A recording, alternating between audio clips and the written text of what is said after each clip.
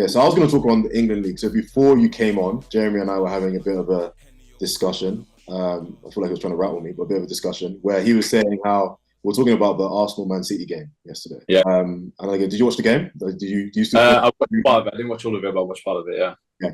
So I guess my first question is: you played in different leagues. Maybe talk about the media a little bit. Like, how does the media in England differ to all the other, I guess, countries you played in? Yeah.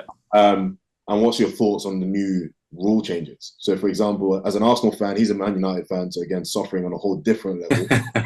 But as an Arsenal fan, I'm a bit frustrated because I've had two players getting red cards off the back of kicking the ball away. Is what it's wasting time.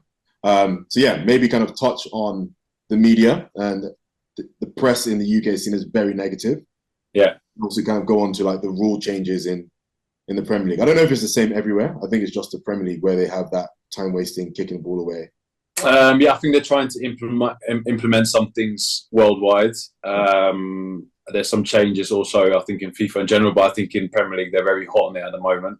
Right. But yeah, I think for the first part, the media part, I think playing in the Premier League, playing in England, is probably the league where you're on the most scrutiny just because you have the most eyes on you. I mean, I remember playing there even when we had so-called smaller games. I would have hundreds of messages from fans from Nigeria as well that, watching the games. Of course, we have a lot of football lovers there.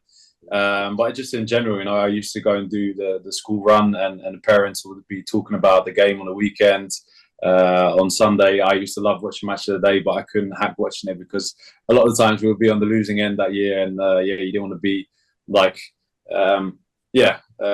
analysed in that way. So yeah, there's a lot of things, and I feel like sometimes there's also a lot of tabloids that they need to fill with certain things. So for a player, it can be really difficult because you can either get caught up in getting carried away when everything is going very well, but the other way when things are against you. And I think the bigger player you are, name-wise, club-wise, the more pressure you'll get.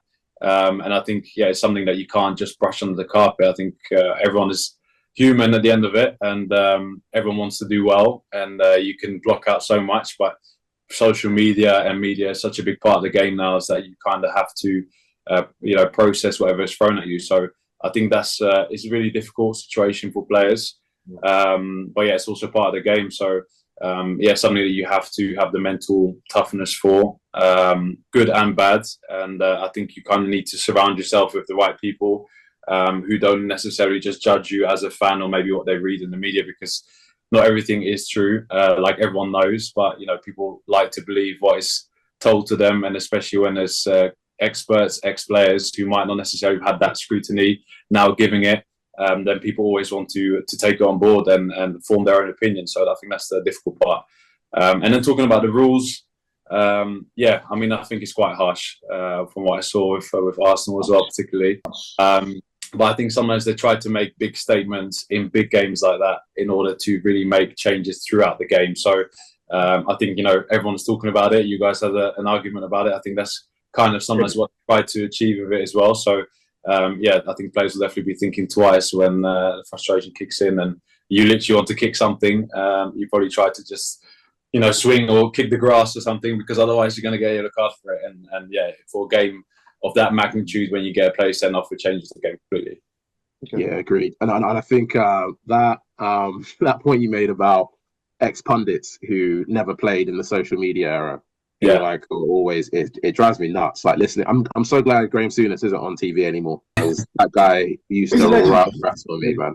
But he played football in black and white time, so yeah. I mean, that's the thing, because a lot of those guys would have been our heroes growing up, but they would have, if they didn't turn over the newspaper after the weekend, they wouldn't necessarily be confronted with it. So it's easier for them to kind of get past certain things, and it's also the game has kind of shifted to it being more on younger players' shoulders. I think if you see most of the top squads now, you have players that are under 25. Everyone's trying to get the next big talent.